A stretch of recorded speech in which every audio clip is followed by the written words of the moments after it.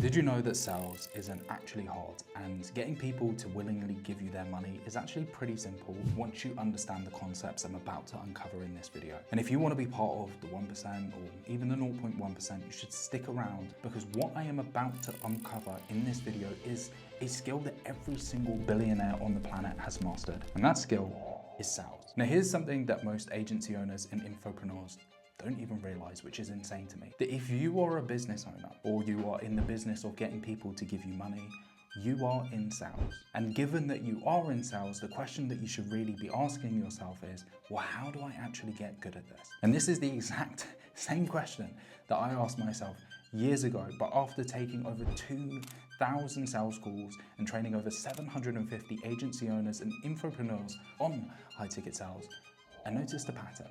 And genuinely, this pattern is so powerful that when I started implementing it for my clients, results were pretty much immediate. And when I am saying immediate, to give you an example, I took Josiah from 30 to 60K in the space of 30 days. And after I implemented it for my client Joe, in the space of 16 days, he went from 8K to 50K per month. And the most insane thing about all of this, my friend, is all I did was change just one thing. Sell me this pen. Sell me this pen. This is one of the most famous lines in sales. Everybody has heard it. Most people have tried this exercise, but very few people actually understand what it is all about. Now, the biggest irony about this exercise is that it comes from the Wolf of Wall Street, which embodies all of the worst characteristics that you could possibly think of when it comes to salespeople. People who are on drugs, people who are hard closers, people who are manipulators and have no issues with using sleazy sales tactics. But the truth is, and the irony is, that this exercise will tell you within about the space of 3 seconds whether someone has mastered sales or whether they are a complete novice. And the reason why is because what you are looking for is whether someone leads with statements or whether someone leads with questions. And this is the premise of what a good salesperson does, is that they're able to sow an idea into somebody's mind through questioning as opposed to making statements. And so now the question becomes, what questions do you need to be asking on your sales calls to be able to consistently get deals across the line, and you can persuade people to do pretty much whatever you want? And there are 6 in total that you need to be using on every single call. So let me walk you through what they look like. So the very first style of question that you need to be focusing on is internal questions. Now, internal questions are really just the questions that you are asking yourself once you get a response, a question, an objection from your prospects. And one of the key things that you should be asking yourself when the prospect says something to you is, do I understand what the prospect is talking about or not? And the reason why this is so incredibly important is because if you don't, there is absolutely no chance that you're going to be able to change their perspective. What I mean to say is, if you want to change somebody's viewpoint, you need to understand what their viewpoint is in the first place. It's kind of like, say, for example, you were a decorator and someone said to you, hey, look, I want you to redecorate my apartment. But you don't understand what their apartment looks like in the first place, nor do you understand what they want their apartment to look like. It's very unlikely that you're gonna do a good job and they're gonna accept the changes that you make. It's the same thing, even more so when it comes to changing someone's beliefs. You need to understand what that belief is in the first place, but more importantly, where that belief is coming from. So when you do go about changing it, there's less resistance around accepting that idea. Which leads us on to the next thing, which is clarifying questions. So after you've gone through that process of asking yourself, well, do I or do I not understand what the prospect is talking about? If you realize I don't, then what you need to do is start asking the prospect clarifying questions so you can dig up more information so you can get to that stage where you can say yes to that internal question. So let's say, for example, they say to you, oh yeah, I've just got some concerns around how you do the lead quality side of things. The vast majority of business owners and closers will immediately start going into a reframe. They'll start talking about 5 different things because they don't actually have any targeted conviction in understanding where that concern lies. Whereas somebody who is well versed and well skilled in sales will start off by asking, okay, and when you say that you don't quite understand the lead quality side of things, could you just give me a little bit more clarity on where specifically you are lacking that clarity?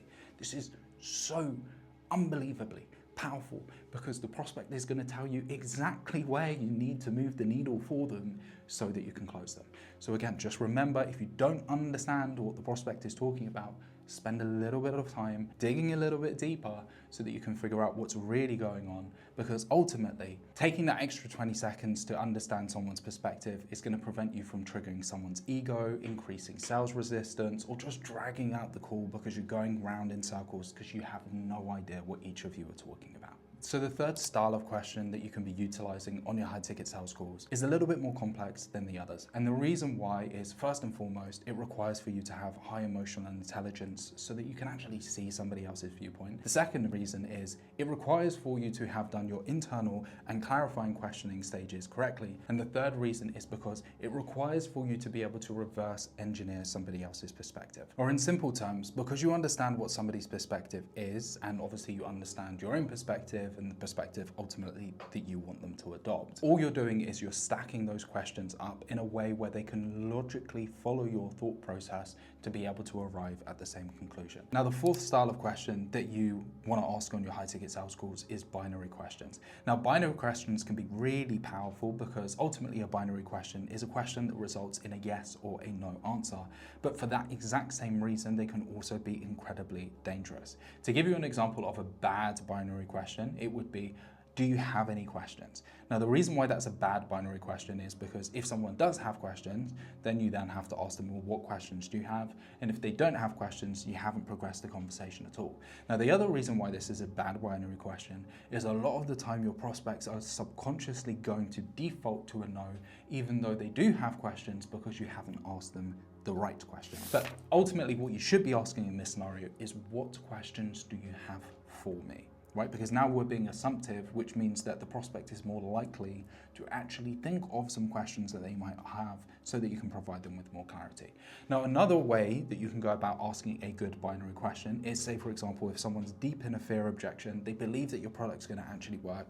If you spend a lot of time picking all of this apart and you're ultimately just going for that final step of the reframe and you're saying something to the effect of, are you willing to allow fear to get in the way of you getting to the point where you're making 50K per month? That is such a powerful binary question because nobody in their right mind is going to want to say, yes, I am willing to allow my emotions. I am willing to allow fear to be the thing that stops me from changing my life. So make sure that you're using binary questions on your sales calls because they are super, super powerful. Now, the fifth type of question that you can ask on your high ticket sales calls is a loaded question. And the irony is here that the previous question that I just showed you around fear is a loaded question. You're stacking the odds in your favor so that when you position this question, you're pushing the answer in a particular direction. And especially when you start combining all of this together and stacking these up into strategic questions, it becomes really easy for the prospect to follow your thought process and arrive at the conclusion that you want them to, so that ultimately you can reframe their beliefs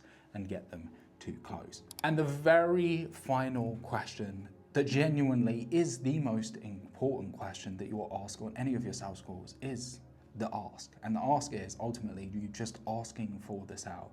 And a lot of the time, I have seen business owners, I have seen infopreneurs, agency owners, even closers be afraid of making the ask, but you have to, because the prospect is not going to close themselves. They're not going to walk themselves into giving you their money. You need to take the lead on this front. And sometimes you may find that you need to make the ask just once to get the deal across the line. Sometimes you genuinely may need to make the ask 6 or 7 times to get the deal across the line. But the key thing is, do not be afraid to make the ask and ask for the sale, because if you don't, the deal is realistically not going to close. Now, all of this information is obviously fantastic and it genuinely will help you to close more high ticket sales calls. But if you want to really understand the theory on a much deeper level and understand in more depth how I've helped my clients to 2, 3, 4, and even 5x their business in as little as a single month, then feel free to watch this video up here. But with all of that said, I appreciate your time and I will see you just